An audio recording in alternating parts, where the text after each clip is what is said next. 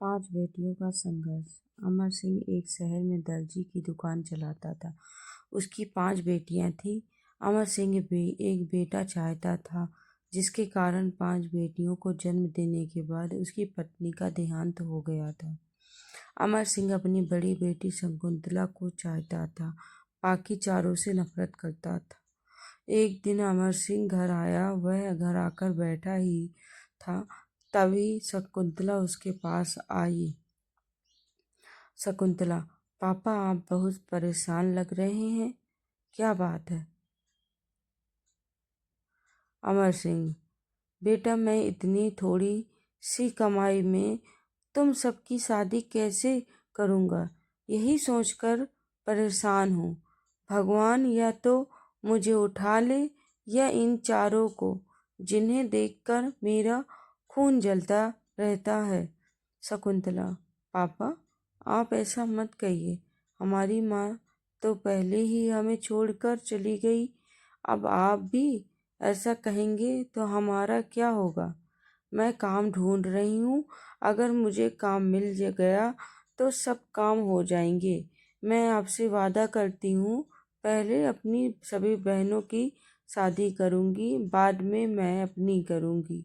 अमर सिंह, बेटी मुझे पता है तू बहुत समझदार है, बस तुझे ही देखकर तो जिंदा हूँ मैं। अमर सिंह की चारों बेटियां सुमन, रश्मि, चंचल और सबसे छोटी भावना ये सुन रही थी। अमर सिंह अपने कमरे में चला गया। तब चारों बहनें रोते हुए शकुंतला के पास आईं। भावना, दीदी हमें पापा बिल्कुल पसंद नहीं करते, हम कहाँ जाएं? शकुंतला, तुम चारों चुप करो, पापा परेशान है इसलिए ऐसा बोल रहे हैं। भला कोई अपने बच्चों से नफरत करता है? और फिर मैं हूँ ना तुम्हारा ध्यान रखने के लिए। मेरे होते हुए तुम्हें चिंता करने की जरूरत नहीं। चलो जाओ सो जाओ। चारों अपने कमरे में चली जाती हैं। रात को शकुंतला को नींद नहीं आती। वह बैठकर सोच रही थी कि क्या करे। इसी सोच विचार में रात बीत जाती है। अगले दिन शकुंतला अपनी छोटी बहनों को स्कूल भेजकर काम ढूंढने निकल जाती है। वह एक दुकान पर जाती है। शकुंतला, सेठ जी मुझे आपकी दुकान में कोई काम मिल जाएगा क्या? सेठ, दुकानदार, नहीं हमारी दुकान पर कोई काम नहीं है, आगे जाओ। शकुंतला इसी तरह पूरा दिन बाजार में घूमती रहती है और शाम को निराश होकर घर वापस आ जाती है। अगले दिन वह फिर से कई दुकानों पर काम मांगने जाती है, लेकिन उसे काम नहीं मिलता। शाम को जब वह घर आती है तो देखती है उसके पापा पलंग पर लेटे हुए थे। शकुंतला, पापा आप आज जल्दी आ गए, क्या बात है? अमर सिंह, बेटी मुझे बुखार आ गया है इसलिए मैं घर आ गया। अमर सिंह काफी दिनों तक बीमार रहा, जिसके कारण वह दुकान पर नहीं जा पाया। घर में भूखे मरने की नौबत आ गई। इधर अमर सिंह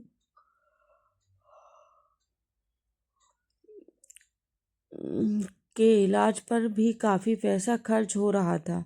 एक दिन शकुंतला अपने पापा के लिए दवाई लेने बाजार गई। वहां उसने एक दुकान पर कुछ कपड़े बिकते हुए देखे। शकुंतला ने दुकानदार से बात की। शकुंतला, भैया ये कपड़े के टुकड़े आप कैसे बेचते हो? दुकानदार, बहन ये बड़े कपड़े में से बचे हुए कपड़े हैं, जिन्हें हम आधे पैसों में बेचते हैं।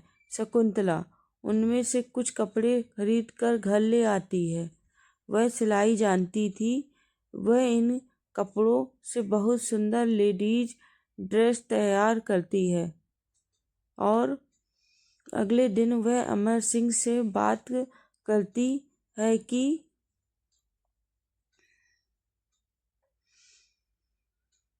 शकुंतला, पापा, मैंने ये एक ड्रेस बनाई है।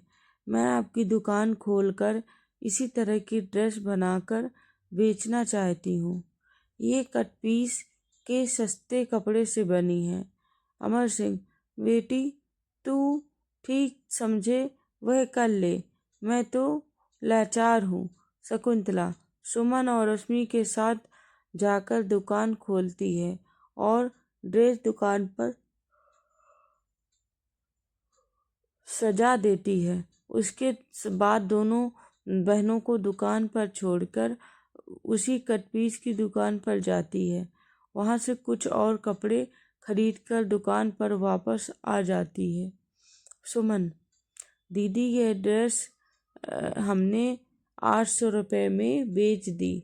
शकुंतला, अरे वाह, वह तो केवल 100 रुपये में तैयार हो गई थी। चलो मैं और कपड़े ले आती हूँ, फिर कई तरह की ड्रेस बना लेंगे। शकुंतला, सुमन और रश्मि मिलकर ड्रेस बनाने लगती हैं। उनकी ड्रेस ग्राहकों को बहुत पसंद आती है और हाथों हाथ बिक जाती है। तीनों बहनें उस दुकान को बुटीक में बदल देती हैं।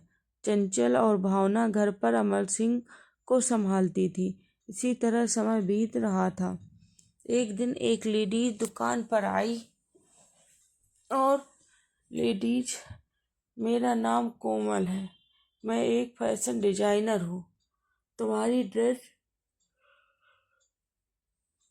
मुझे बहुत पसंद आई। मैं चाहती हूँ तुम ये काम आगे बढ़ाओ। इसके लिए मैं तुम्हें 1000 ड्रेस का ऑर्डर दे रही हूँ। यह लो 5 लाख रुपए, इससे फैक्ट्री लगा लो। शकुंतला, लेकिन मैडम, हम इतना कैसे कर पाएंगे?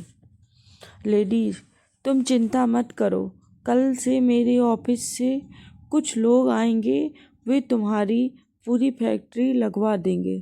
15 दिन बाद शकुंतला की फैक्ट्री शुरू हो जाती है। उसे और जगह से भी ऑर्डर मिलने लगते हैं। इधर अमर सिंह भी ठीक हो जाता है, वह भी फैक्ट्री संभालने लगता है। कुछ ही समय में उसका व्यापार बहुत बढ़ जाता है। शकुंतला चारों बहनों के लिए अच्छे रिश्ते देखकर उनकी शादी कर देती है। एक दिन अमर सिंह शकुंतला का भी रिश्ता पक्का कर देता है। शादी के बाद जब विदाई का समय आता है, तब अमर सिंह, बेटी मुझे माफ़ कर दे, मैं अपनी बच्चियों को दिन रात कोसता रहा, लेकिन अगर मेरा बेटा भी होता तो शायद आज मेरे लिए इतना ना करता। वह खुशी खुशी शकुंतला को विदा करता है। चारों बहनें शादी के बाद भी बिजनेस को संभालती हैं। शिक्षा, हमें इस स्टोरी से क्या शिक्षा मिलती है? इस कहानी से हमें शिक्षा मिलती है कि बेटियों को कभी बोझ नहीं समझना चाहिए। और सही बात है फ्रेंड, बेटियां बोझ नहीं होती हैं। अगर आप लोग मेरी राय से सहमत हो तो प्लीज़ कमेंट करके ज़रूर बताइएगा और मेरी स्टोरी को लाइक एंड सब्सक्राइब करिएगा। मेरे चैनल को please please humble request. Thank you.